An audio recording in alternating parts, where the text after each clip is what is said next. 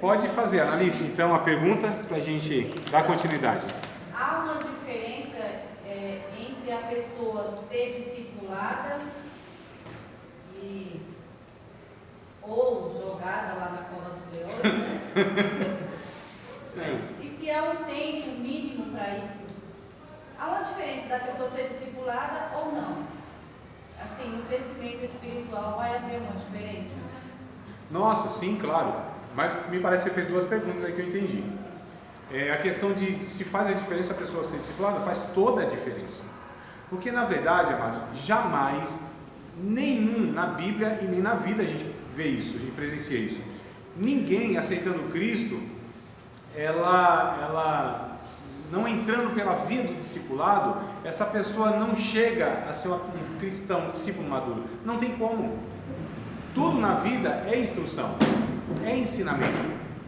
A gente está falando aqui, na verdade, de um ser humano que é necessário agora ser reensinado, ou ensinado para ele agora tudo novo. Não é? Não foi assim na vida de cada um de nós. Aceitamos a Cristo, embora já fosse adulto, fosse casado, já tivesse experiências religiosas, mas não foi necessário, não está sendo necessário. O próprio curso não está mostrando isso, que é necessário que a gente reaprenda algumas coisas que a gente até sabia de alguma forma, mas a gente percebe que é preciso estudar um pouquinho mais. Então assim, o discipulado, ele é essencial para uma vida cristã. Eu falo assim, eu não fui discipulado, ninguém foi. A maioria de nós não foi quando aceitou a Cristo, aceitou a Jesus. Uma pessoa, o que é o ideal, o que é o bíblico? Alguém aceitou a Cristo, está na igreja, algum irmão assume essa pessoa e vai caminhar com essa pessoa, vai ensiná-la, vai orar com ela, por ela, nas dificuldades na sua vida. Vai ser esse irmão mais velho que vai ter mais experiência, né, na vida cristã, não necessariamente idade que eu estou dizendo, porque idade não quer dizer muita coisa, meus. Aliás, tempo de igreja não quer dizer muita coisa também. Tempo de casa não quer dizer nada. Um dia o irmão disse, eu já até falei, né, nesse caso, né? Cabelo branco é sinal de experiência. Eu falei, não, pode ser só de velhice mesmo. Só a melanina que não está dando conta de dar cor no cabelo. Não é verdade? Então, o que tem de ancião, de gente de idade aí, que é tola, que é imatura, que faz bobagem. Como tem pessoas novas que são maduras, gente que sabe lidar com a vida de uma maneira adequada. Então a questão é, qual que é o ideal? O que é o bíblico? O que a Bíblia ensina? Vamos pegar lá desde o Antigo Testamento. Houve Moisés, não houve? Houve o sucessor dele, que foi o Josué. Josué, quando a gente estuda a história dos dois, a gente percebe que Josué ficou próximo a vida toda de Moisés, e Moisés foi ensinando. A gente pega o Elias e o Eliseu, mesma coisa. A gente pega, vão me ajudando aí os exemplos, Paulo e Barnabé e Paulo, Paulo e Barnabé e Marcos, Paulo e Timóteo. Então a gente sempre percebe que tem essa questão de um mais velho, mais experiente, instruir os outros. É assim na vida, não é na vida? Na nossa vida. Meu pai não ensina o filho, um mais velho não ensina o mais novo, né? Isso é a naturalidade das coisas. Agora o que acontece? O discipulado, ele é necessário. A maioria de nós não tivemos o discipulado, uma pessoa que foi aquela pessoa que nos instruiu, aquela pessoa que nos ensinou, disse, André, é por aqui. Eu tive pontualmente alguns irmãos que me ajudaram em um dado momento, mas uma coisa muito superficial, sem propósito. Não é isso que a gente está falando. O irmão está passando dificuldade, o outro vai lá e dá um toque para ele, fala alguma coisa e tal e orienta ele. Estou falando de uma pessoa caminhar com a outra, até que essa outra caminhe com Cristo com as suas próprias pernas, e essa então, agora madura, vá discipular outra pessoa. É assim que funciona, entre aspas, funciona. É assim que a Bíblia ensina, onde pessoas que crescem em Cristo levam outras também a crescer em Cristo, e nenhuma dependendo da outra. O discipulado não é que eu dependo da outra pessoa. O discipulado bíblico saudável mesmo é que essa pessoa que está discipulando a outra leve essa pessoa a Cristo, não prenda ela a si, entendeu? Então a primeira pergunta é, a questão do discipulado, fazer toda a diferença. Toda a diferença.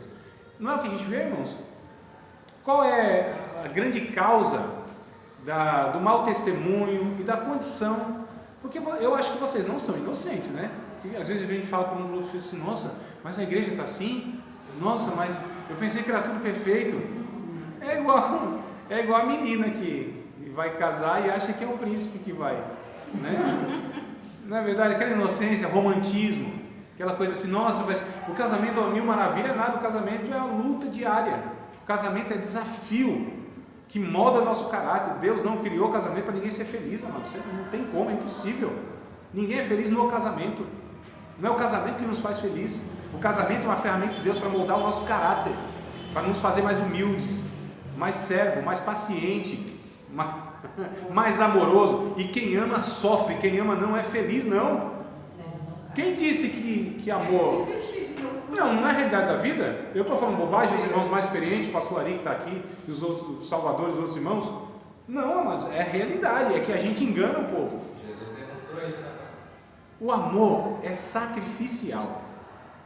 Quem ama padece, sofre. Quem ama tem que servir. Quem ama tem que renunciar em prol do outro. Quem ama luta com o inimigo. Que no nosso caso somos nós mesmos. Sim, claro. No caso do discipulado, do que a gente está falando aqui, eu durmo com o inimigo. Sou eu, não é minha esposa não. Sou eu. Né? Sou eu o inimigo. Então a questão aqui que a gente muitas vezes, amados, não percebe é que a negligência daquilo que a Bíblia ensina. Lembra que eu falei? A gente não tem direito hoje de falar, não, agora eu vou viver a vida cristã assim. Eu vou fazer isso. Eu vou viver minha vida assim, assado. Não, nós não temos mais esse direito. Acabou. Servo não tem direito, só tem deveres. Mas aí é um errado, né? Oi? Aí tem um errado, porque eu tive assim por mim mesmo. Quando a gente levanta a nossa mão aceitando Jesus, parece que é tudo, vai ser novo, mil maravilha. Vai dar tudo certo em ensina, nome de Jesus. A gente ninguém ensina bem a realidade da Bíblia. Ele pega a boneca e fala, você aceitou Jesus, o pastor vai lá, é glória, aleluia, e amém. Aí que Aí está. entra a frustração Isso. do dia a dia. Amados, ó, Jesus é interessante. Se nós pregadores, pastores, aqueles que anunciam o Evangelho, que faz o convite para o pecador, se nós agíssemos igual a Jesus, teríamos mais infinitamente menos pessoas. É fato. Só que os que aceitassem estariam como pessoas que seriam discípulos genuínos. Então Jesus, quando ia, olha, vamos comparar então como é o comportamento de muitos. Aceita Jesus porque a sua vida vai melhorar, Ele é a solução dos seus problemas, e aquela coisa, não é mais ou menos isso? Aquela questão assim, não, o negócio vai... Mas Jesus falava assim, ó, quer me seguir? Morra, depois siga-me. Outra fala de Jesus, vocês querem me seguir? Vocês vão sofrer, porque se eu sofro, imagina vocês. Vocês querem me seguir? Olha, se o filho do homem está fazendo isso, imagina com vocês. Vocês querem me seguir? Então morra, porque eu vou morrer, não tenho nem pecado que vocês têm, então imagina vocês. Quer a fala de Jesus? Você quer me servir? A tua vida vai piorar. Os inimigos vão ser da tua própria casa. É o que a gente vai tentar tratar agora nesses 20 minutos, que ainda resta para desespero de alguns. Ainda tem 20 minutos aqui. Então segura aí, né? Olha só, então os inimigos vão ser da tua casa. Não é o que acontece, irmãos, quando a gente aceita Cristo, parece que os amigos viraram inimigo. Parece que o cônjuge agora é o pior inimigo. As pessoas nos abandonam. Isso é a naturalidade e a radicalidade de aceitar Cristo. Então isso era muito mais comum. Isso é uma regra, vai ter que acontecer isso? Claro que não. Mas Jesus avisou, eu não vim trazer paz à terra, não, vim trazer espada. A partir de agora, vão estar dois divididos num lar. Não é o que Jesus disse? Eu vim trazer fogo na terra. E o que eu quero mais se já está aceso o negócio? Não é o que Jesus está dizendo, irmão? Estou sendo o que? Bíblia, não é? Então a gente percebe que de fato as pessoas são enganadas logo no início do Evangelho, as pessoas são atraídas com promessas que Jesus nunca fez. Então os pregadores da prosperidade, o que são os pregadores? Qual é a mensagem da prosperidade? Se você aceitar Jesus, as coisas na tua vida vão dar tudo certo, vai melhorar. Se você está doente, vai ser curado. Está desempregado, vai ter emprego. Faliu na empresa, vai ter 2 empresas depois. É que ele usa isso aí, ó. Jesus levou tudo na cruz.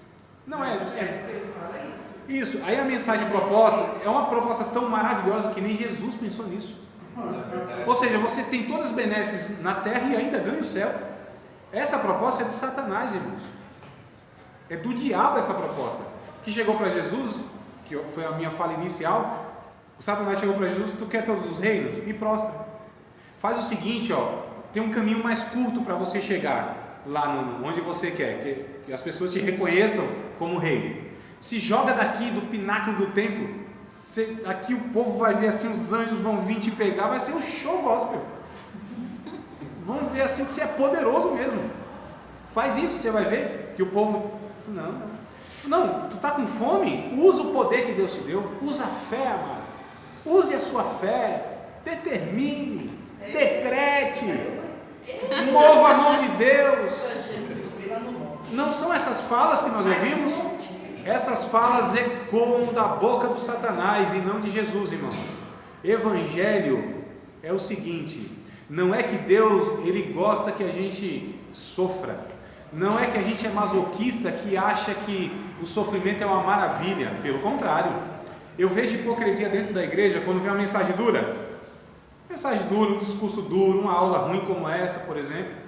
Quando vem assim, manda mais, Jesus, fala mesmo, manda Giló, irmãos, pelo amor de Deus, quem em sã consciência gosta de apanhar? Quem em sã consciência gosta de ter o seu pecado exposto, ser confrontado? Ninguém, amados. Então isso é uma fuga nossa, né? Não é comigo, Jesus, fala porque não é comigo mesmo, fala porque não sou eu gosto, nossa, coisa nenhuma, mentira. Quando o Evangelho confronta a nossa velha natureza, irmãos, há uma revolta, há uma murmuração, né? Quando Deus vem falando mesmo assim, que vai no âmago, lá no coração, lá no campo escuro, onde a gente pensa que ninguém vê, mas a palavra vai na divisão da alma e do espírito, das juntas e das medulas, é apta para discernir os pensamentos e as intenções do coração, e vem mostrando quem a gente é.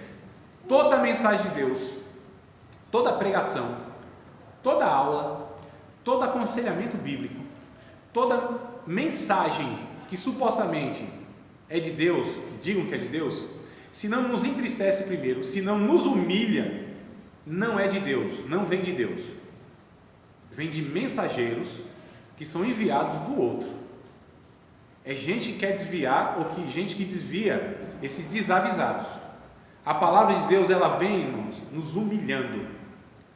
Toda a palavra de uma pessoa que se propõe a abrir a boca e falar em nome de Deus, se não humilhar a gente, não é de Deus, viu? Não receba não. Pode ser porque assim, eu acho interessante os crentes, quando a mensagem é de bênção, ninguém pede discernimento, né? Recebe.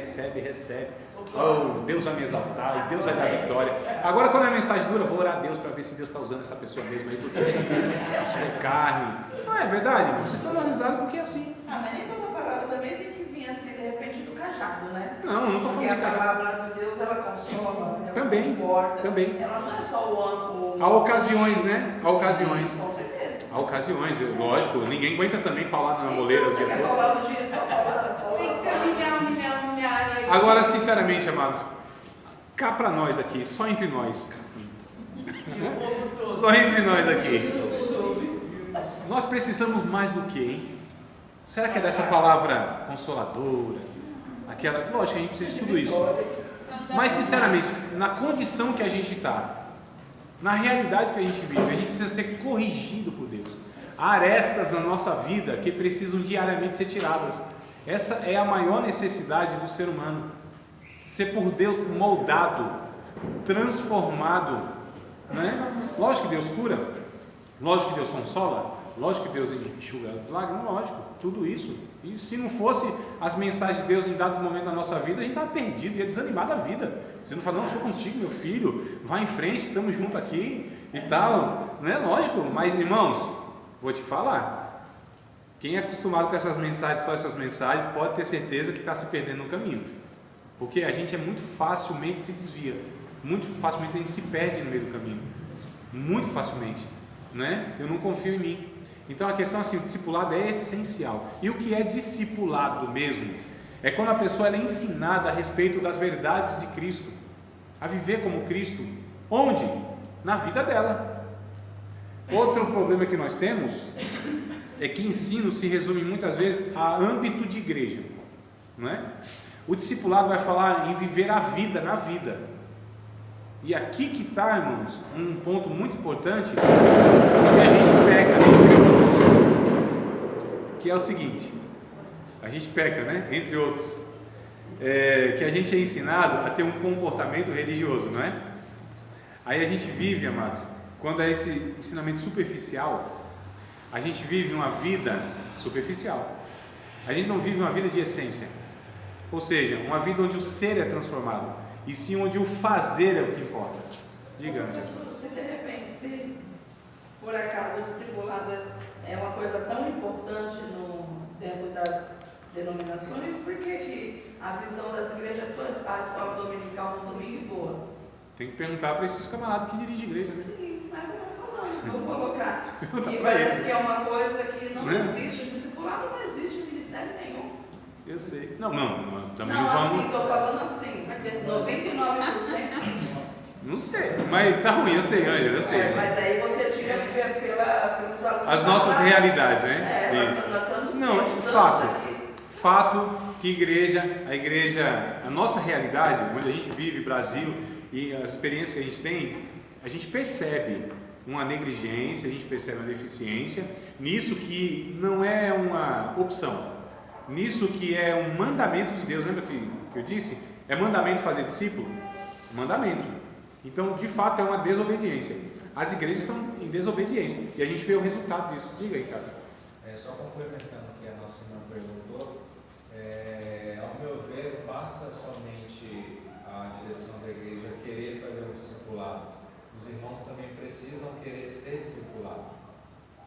Porque, como por exemplo, a gente usa escola dominical, curso de ensino, a gente percebe que são muitas pessoas que não se deixam receber a oportunidade de ir para receber a devida instrução. Então, ao meu ver, não é somente fazer com que haja, é totalmente importante fazer com que haja a oportunidade dos irmãos serem discipulados, mas, primeiro de tudo, as pessoas têm que ter esse sentimento dentro de si para ser realmente discipulado. É um pouco mais complexo, Ricardo, porque assim, seria muito bom se só fosse essas duas questões. É muito mais complexo, porque se alguém todos nós seremos responsabilizados por Deus, é fato. Todos. Ah não, meu pastor que não fez, não, o meu professor que não me ensinou direito. Deus vai falar, não, é contigo, é eu e você. Te dei o meu espírito. Você tinha condição também, tinha a fonte que era a minha palavra. Você teve oportunidades, irmãos, e a gente hoje não pode reclamar de falta de oportunidades. Há 20 anos atrás, não é como hoje.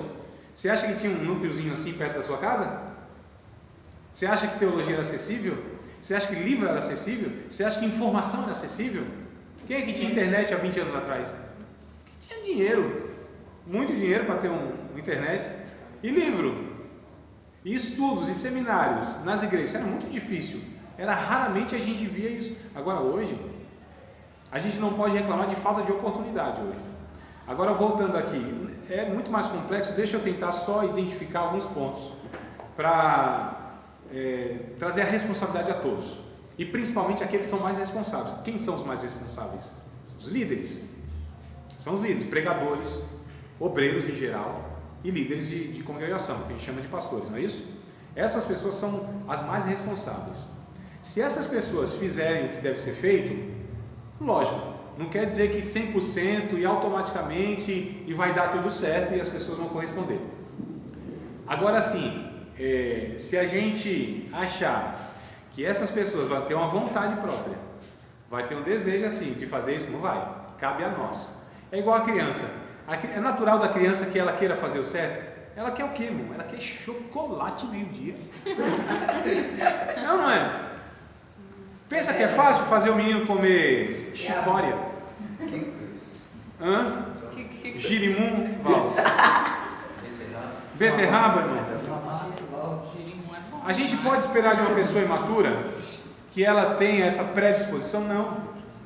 Não é que ela, diante de Deus, ela está desculpável, né? Desculpada. Não é que está. Ela vai ter a sua responsabilidade. Agora, claro que a gente vai responsabilizar muito mais essas pessoas. A Bíblia diz isso. A quem muito é dado, muito será cobrado. Muito mais. Agora sim, se é uma igreja que ela, desde a pregação, desde o evangelho pregado, desde o anúncio, essa pessoa aceita Cristo motivado por aquela e na consciência daquela mensagem que é: Jesus morreu por você, Jesus morreu no teu lugar, Jesus está te chamando para dar continuidade àquilo que Ele está fazendo. A tua vida vai ser difícil, a tua vida vai ser de lutas, a tua vida agora vai piorar no sentido que você vai ter angústias que você não tinha, que você vai se incomodar com coisa que você não se incomodava, que você vai ser perseguido, inclusive talvez lá na tua casa. Esse seria o anúncio. Isso aqui, o início das coisas vai contribuir muito para o final. Então, se começa assim, é meio caminho andado. A pessoa aceitou Jesus sabendo, nossa, é isso mesmo, porque Jesus fez isso. Jesus fez isso. Jesus pregou a mensagem dura, pensa numa mensagem dura, irmão, dura, não parece nem com, jamais, dura, negócio assim, ruim de ouvir. E aí, porque Jesus percebeu, esse povo está me seguindo com a motivação errada. Sabe por que eles estão me seguindo? Por causa do pão. Eles querem pão. Pão que eu multiplico, peixe que eu multiplico, milagre que eu trago, a cura que eu trago. Aí deu aquele discurso duro, mas duro. Deixou quem? 5 mil, não sei quanto, não foi um negócio assim? Milhares de pessoas foram embora, ficou 12. O que Jesus fez? Se quiser, então pode ir. Pode ir. Eu não quero ninguém me seguindo com motivação errada. Jesus não estava preocupado em encher a igreja. Jesus estava preocupado em pregar a verdade de Deus. E aqueles que eram de Deus ouviam a palavra de Deus. Quem não era de Deus, irmão, né? E embora. Quem não era, quem ouvia a palavra de Deus ficava. Jesus. E se Jesus ainda falava, vocês podem ir também. Não tem nada não tenho crise nenhuma. Não tenho crise. Eu vim aqui para pregar a verdade do meu Pai, para mostrar para vocês quem são vocês. E aí, amados, Jesus então faz isso. Diferente da gente, não é? Você quer me seguir mesmo? Você tem certeza, rapaz, você quer me seguir? Vamos pegar o texto aqui de Lucas, que é o que eu queria falar hoje, mas vou falar. Eu vou falar. Capítulo 9. André, a Bíblia fala dos fracos na fé. Quem são esses fracos? Fracos na fé? Depende do texto que você está trazendo, não é isso? Então aí... Não, a Bíblia fala para a gente ajudar a carregar os fracos na fé. Lucas quanto? Quem são esses Capítulo fracos? 9, Val, 57. Fracos na fé, você deve estar se referindo... A gente identificar assim, dentro da igreja... Veja bem, ou você está se referindo a Romanos capítulo 14 ou a Gálatas capítulo 6, né? Os fracos, duvidosos na fé e tal. São irmãos que de fato precisam ser ajudados, pessoas que... Oi? Sim, amadurecidas, gente que no meio da caminhada fracassa. Nós todos estamos no mesmo barco. Então eu estou aqui ensinando vocês, discipulando vocês, também sou discipulado inclusive, viu? Né?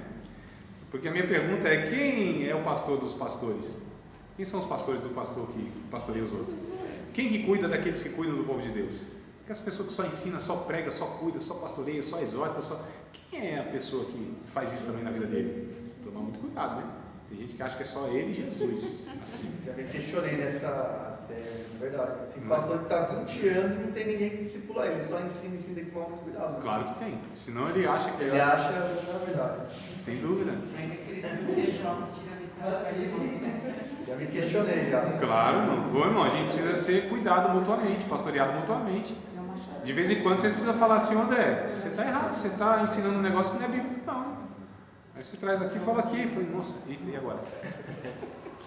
E aí eu preciso falar: irmão, eu erro também, viu? Eu também estou no aprendizado, eu também sou discípulo igual vocês. Eu não sei mais, aprendi algumas coisas antes. E vocês podem me alertar que talvez o que eu estou ensinando não é bem assim. Não tem problema. Lógico que o meu ego vai falar: caramba, estou sendo humilhado no meio de todo mundo. Logo esse jovenzinho está me corrigindo no meio de todo mundo aqui.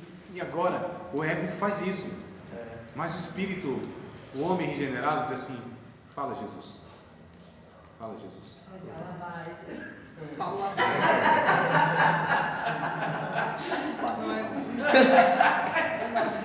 Não é com prazer, não. O ego está lá, sendo massacrado, humilhado. Mas o novo homem, que agora é servo, e identifica a voz do Espírito Santo na boca de qualquer um, não é daquele que eu considero superior, é de qualquer um. Deus fala através da mula. Então a gente precisa ouvir a mula. Porque tem hora que Deus está falando, ó, você está tão ruim que é a mula que eu vou usar. Porque a mula tem mais discernimento que você. A mula está vendo o anjo e você não está, o profeta. Não é verdade? Eu não sei nem onde eu estava mais. Lucas 9, 57 diz Isso, é. Olha, nossa. 57 diz assim, até o 62. Aconteceu que indo eles pelo caminho, lhe disse um lá disse para Jesus: Senhor, seguir-te-ei para onde quer que fores.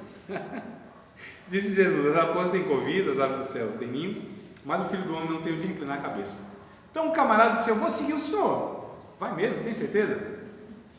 Você tem certeza que vai me seguir? Olha, as aves têm um ninhozinho, não tem? Casinha e tal. As raposas têm lá uma caverninha, não tem? Então o filho do homem não tem. Você quer me seguir? Eu sou peregrino, estou de passagem aqui. Você quer me seguir? Nada eu trouxe para esse mundo, nada eu vou levar. Você quer me seguir mesmo? Não tem certeza? Avalia, faz as contas. Você tem noção que é seguir Jesus? Jesus poderia falar para aquele cidadão. Você tem noção que é a proposta de negar a si mesmo, tomar a cruz e me seguir? Você já está falando que vai me seguir? Você sabe disso aqui primeiro? Você sabe qual é o preço do discipulado? Quer seguir? Jesus disse: não, faça isso não. Primeiro você senta, faz as contas. Porque é igual assim a gente que já construiu casa, né, Duval? Tu sabe, né? A gente vai construir a casa, irmão, aí pega assim 1 metro de areia, 1 metro de pedra, 3 sacos de cimento e fala: nossa, eu vou construir a casa. E não dá nem para 2 paredes. Caramba, rapaz. É ou não é, varão?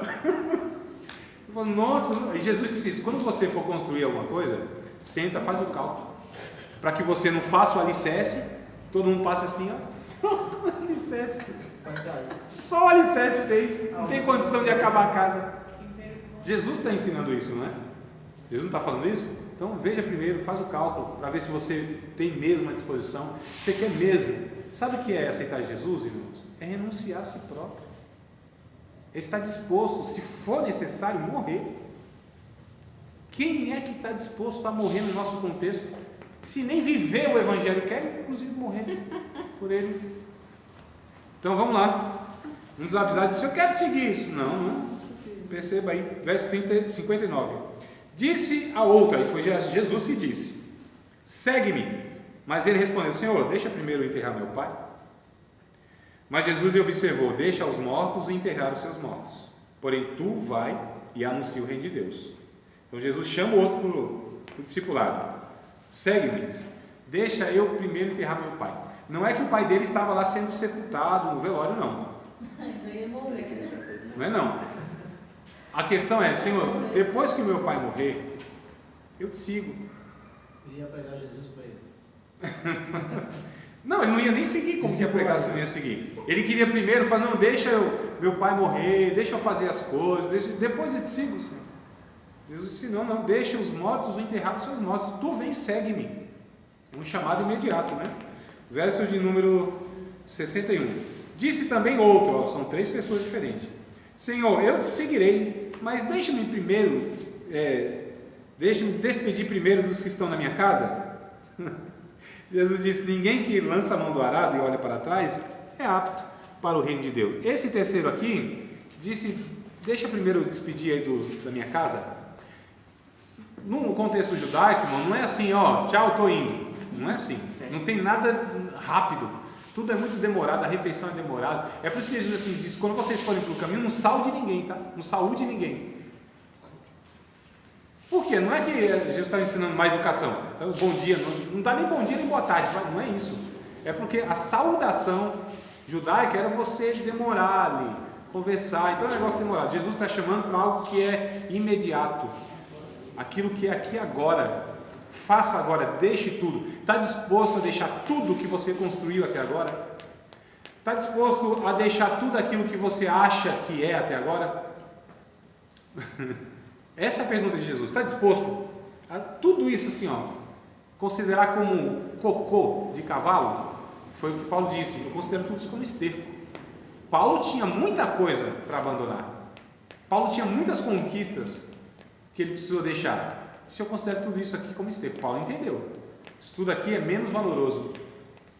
É interessante que tem gente que diz assim: Senhor, eu neguei tudo por tua causa. Eu deixei tudo por tua causa. Eu deixei a minha vida por tua causa. Que vida, meu irmão? Que vida que você tinha antes de Cristo para deixar? Eu deixei meu pecado. Não tinha nada. Tinha morte. Deixou o quê? Porque tem gente que acha que abandonou muita coisa por causa de Jesus. Tem gente que acha um herói da fé. Não é? Não, Senhor, eu venci, eu deixei isso. E conta isso no púlpito. Eu tinha isso aqui, eu deixei, eu renunciei. Tinha nada, era morto, pecador, desgraçado. A única coisa que tinha às vezes era dinheiro. A única coisa que tinha era o prestígio dos homens. A única coisa que tinha era posse, mas não tinha vida. Não tinha pai, não tinha nada, não tinha Deus, sem Deus no mundo, separado da comunidade de Israel, inimigo de Deus, sujeito ao juízo de Deus, candidato ao inferno. E tinha o quê? Deixou o quê? Renunciou o quê? Olha só que coisa interessante. A gente precisa avaliar melhor as coisas, irmãos. Tá certo? Dê uma chance para Jesus. É os pregadores dizem. Oh, meu Pai amado. Quem é que precisa de uma chance, irmão? Jesus. É complicado, né? Será que no discipulado é Jesus que está dizendo assim: me dê uma chance? Me dê uma chance, não põe tudo a perder o que eu vim fazer aqui. Irmão, a gente precisa reavaliar todo esse contexto, essas coisas que estão tocando na nossa cabeça através dessas mensagens que não são bíblicas.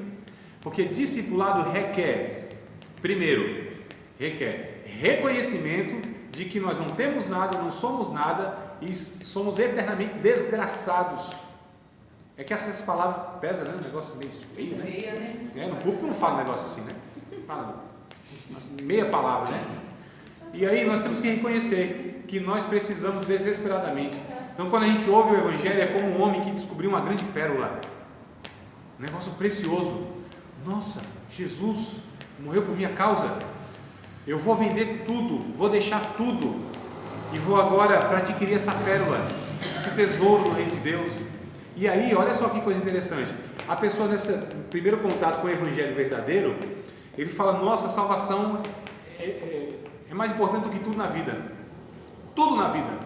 O que acontecer no meio da caminhada, irmão, é lucro, é ganho. É ganho, meu Deus do céu. Tem gente hoje, os crentes, eles qualquer coisa quer desviar, vai entregar carteirinha para o pastor, vai entregar a escola dominical, não prega mais, não canta mais, vai, né? Vão beber cachaça, qualquer coisa. É verdade, irmãos?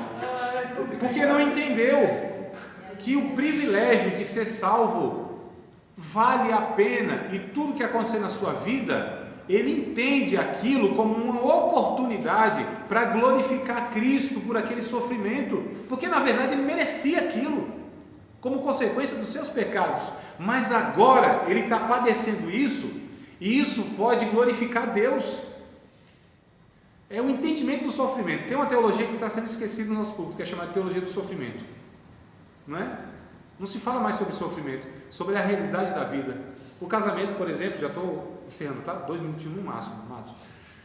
É igual ao casamento, a gente é enganado, os pais nos enganaram, quem cobre um monte de discussão, e a gente acha que os nossos pais tiveram um casamento perfeito, nunca brigaram na vida, nunca discordaram na vida, a mulher sempre submissa, o homem sempre com autoridade, não é nada. Se pegar os pais nossos e falar assim: e aí, pai, como foi? Rapaz, tua mãe mandava em mim mais do que tu nem sabe a luta que eu tive. Rapaz, quanto eu errei, quanto eu humilhei a tua mãe, né? E se a gente for pegar a realidade, mas é vendido para nós esse negócio, que é tudo uma mil maravilha. Aí quando chega a realidade, o que acontece? Se depara com aquilo, fala: o quê? Não dou conta, separa, primeiro ano de casamento. Porque não foi falado que relacionamento gera desgaste. A palavra que estou perdendo oh meu Deus, atrito, gera atrito. A vida é assim, é dura, a vida nua, crua, é difícil. Evangelho é para quem de fato teve encontro com Cristo, não dá conta, irmãos. Não dá conta, religioso, de caminhar uma vida de discipulado, não dá conta, não vai para frente. Só aquele que teve encontro com Cristo, viu Cristo na cruz, que teve seu pecado comprado por Cristo, aí esse sim, fala: Senhor, obrigado, me ajuda, é difícil entender isso, mas vale a pena, Senhor. que vê Cristo, amados. Tem gente que está na igreja e não conhece Cristo nem de longe, porque a mensagem nunca foi pregada para ele. Foi falada uma mensagem interessante, religiosa, que a pessoa se interessou para aquilo. Se eu vou para esse negócio, que isso está melhor do que a situação que eu estou, não é? Está melhor, então eu vou. Mas não foi por Cristo que ele foi pelo alívio de talvez uma demanda e uma angústia dele, que era mais egoísta do que um reconhecimento da sua condição de pecador diante de Deus. Espero que tenha sido